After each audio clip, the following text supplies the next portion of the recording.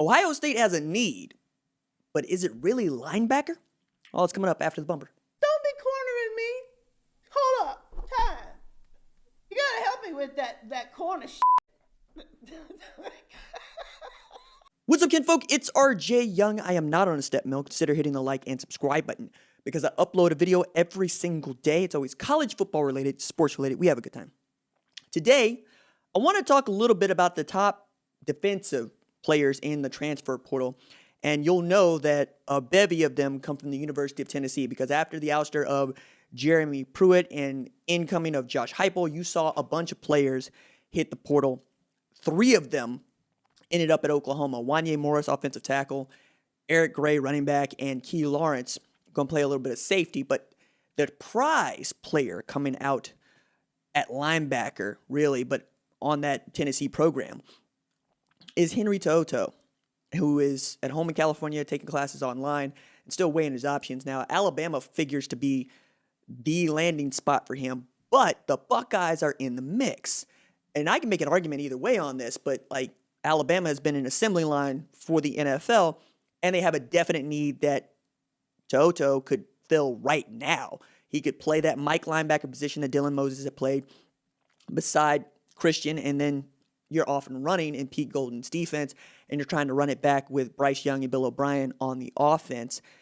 Tackling machine, and you know this, right? But the Buckeyes lose all 4 of the dudes that played the bulk of the snaps for them at linebacker, but they got a bunch of 4-star recruits behind those dudes who are ready and raring to go. However, Ohio State is in a better position, I believe, this year to go chase a national championship or in the following year than Alabama is, precisely because Ohio State is keeping together its entire staff and is going to make a change at quarterback, but, it's a good change, just like Bryce Young coming in for Mac Jones is a good change.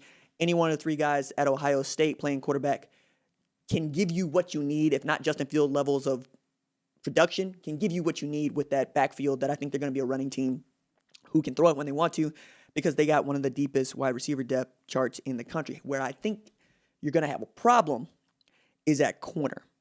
This is where I think Darian Kendrick comes into play here. Now, Darian Kendrick's 5-star player, 2018 class, number 26 in the country according to the 247 Sports Composite. And he had gone into the portal, and then later he gets caught with a Glock 19 in his lap while sleeping in his girlfriend's car and possession of marijuana. Bad, right? Not a good look. And if he's able to come back from that, beat that, however it is you want to really talk about it, I wouldn't rule out the possibility of an Ohio State one to reach out to a Darian Kendrick. All right, the reason I say that is not just because he's really good and you want to win, and a lot of y'all are all about the second chances, so give the man a second chance, but because y'all sorry at corner. Seven Banks is returning. I get it. He's a senior. He was all right. Sean Wade was your best corner, and he wasn't great. He surely wasn't the standard that y'all used to they're playing out there when you take a look at what Ohio State has been, particularly at corner, in the last few years. I mean, hell, off that 2019 team, both of the starting quarterbacks were drafted in the first friggin' round, all right, between Damon Arnett and Jeff Kuda.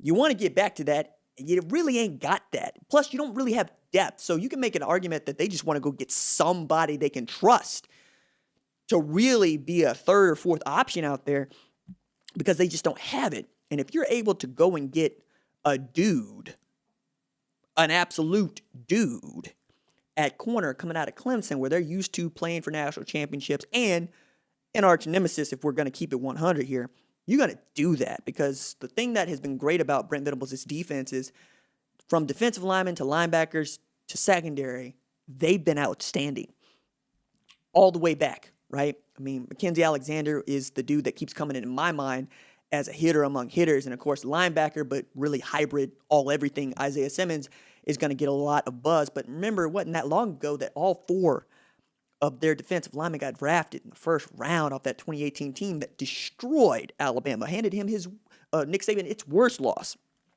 and his tenure in Tuscaloosa. Like, for real. Like, it's on par with Nebraska stomping a mud hole in his Michigan State team, but it's even more impressive because that Alabama team was so good. You take a look at what that offensive roster was. Tua Tagovailoa, Henry Ruggs, Jerry Jeudy,